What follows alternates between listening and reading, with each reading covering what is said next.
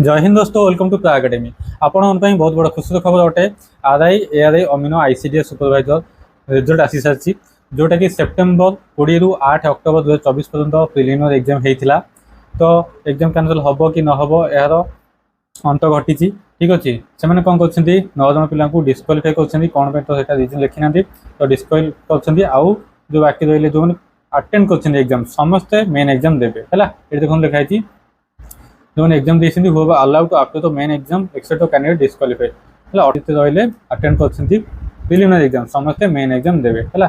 आप roll number check करनी अच्छी कि ना डिस्ट्रिक्ट वाइज आपको है प्रत्येक आप जो डिस्ट्रिक्ट से डिस्ट्रिक्ट अनुसार आप रोल नंबर चेक करदे। ये सर्च करते आसबनी गोटाटा देखीदे आमर है सान बड़ क्रम यहाँ अच्छी रोल नंबर तो आप रोल नंबर मैच करदे अच्छी नहीं चेक कर दिंतु। तो मेन एग्जाम प्रिपरेशन करूँ जो मैंने अटेंड कर प्रिलिमिनरी समस्त क्वालिफाई कर congratulation to all of you. आ वीडियो को आप फ्रेंड मान सहित शेयर करना। Thanks for watching. जय हिंद।